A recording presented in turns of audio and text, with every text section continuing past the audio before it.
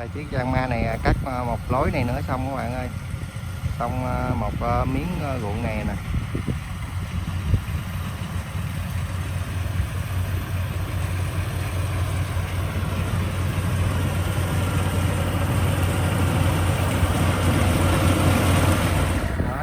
Máy cắt đang lui lại để lái qua cái cắt cây sát mé trước các bạn ơi.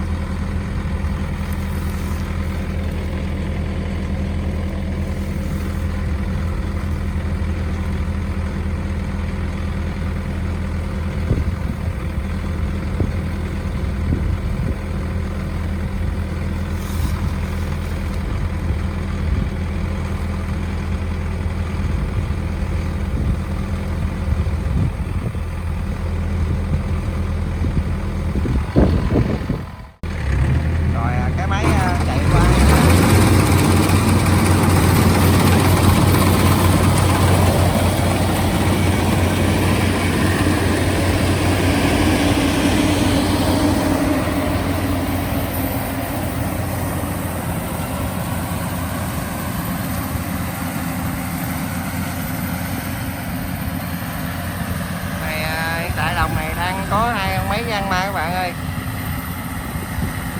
hai con 850 hết nha. Đây con máy giăng ma đang hoạt động nha các bạn. Giăng lúa này bông chín hết nhưng mà lá còn xanh các bạn ơi, nhìn vậy chứ bông nó vàng hết rồi.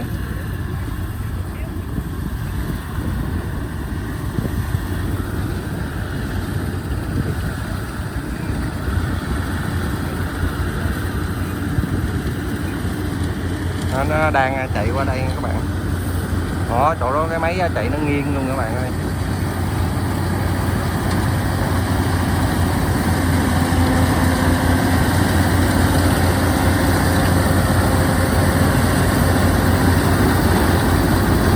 Chạy thẳng qua bờ luôn các bạn ơi.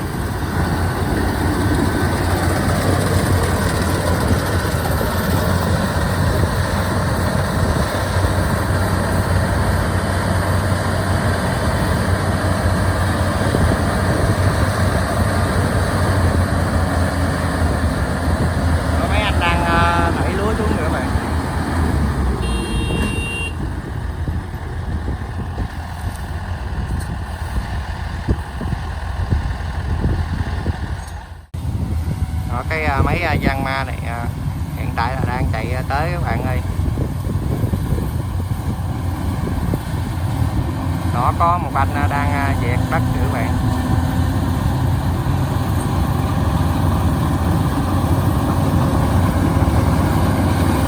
Này anh chủ đất các bạn ơi.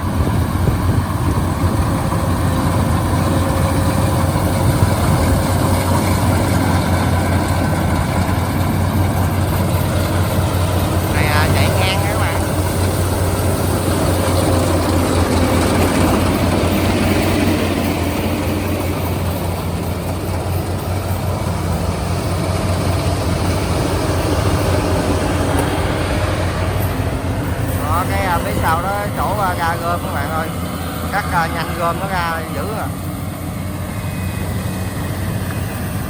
Đó, anh đang quay đầu cắt cái đường thẳng ra ngoài kia các bạn. Đó, dở cái hàm lên cao các bạn ơi.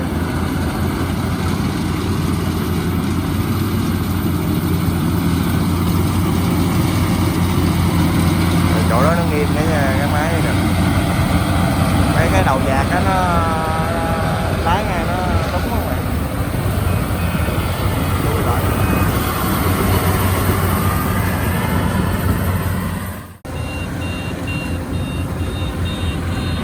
Mấy giăng ma này chạy còn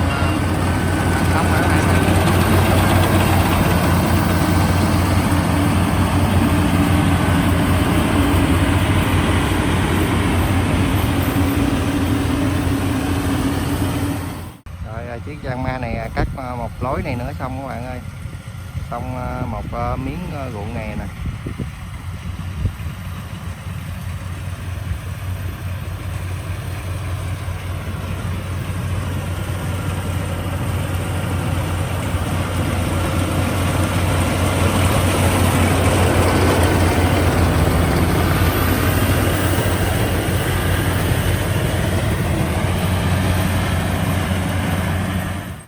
Chiếc máy kéo này hiện tại mấy anh đang đi gom lúa các bạn ơi.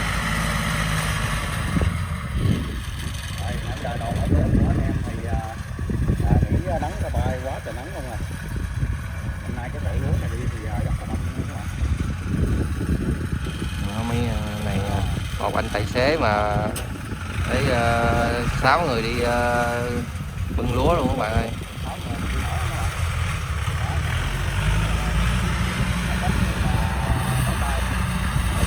Mấy đuối chúng quá mấy anh mới kéo than luôn các bạn ơi, đuối quá đuối.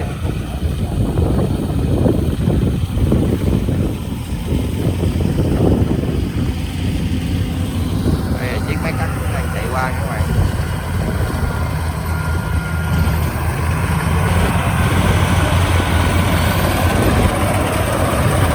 Đang dòng lại cắt dòng lúa này các bạn.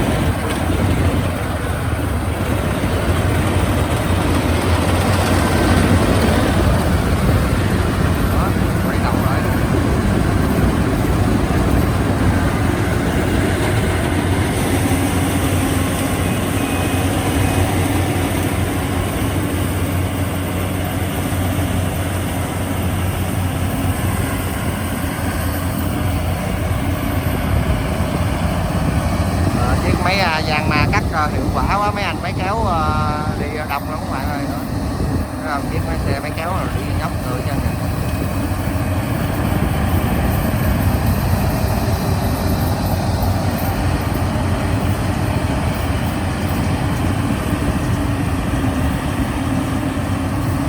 Tại bên kia có con gian ma nữa nha các bạn, đang cắt miếng ruộng bên kia kìa.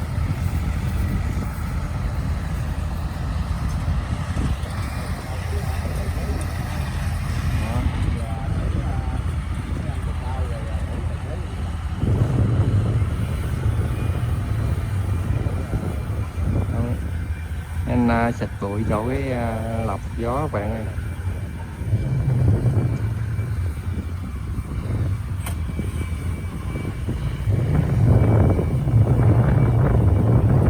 Anh tài xế khác đi ra đổi các bạn ơi.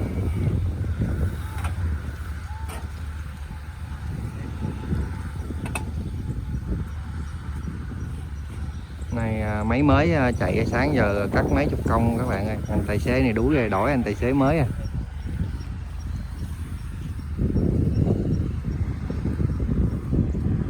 Bên kia máy cắt máy kéo cũng nhiều lắm các bạn.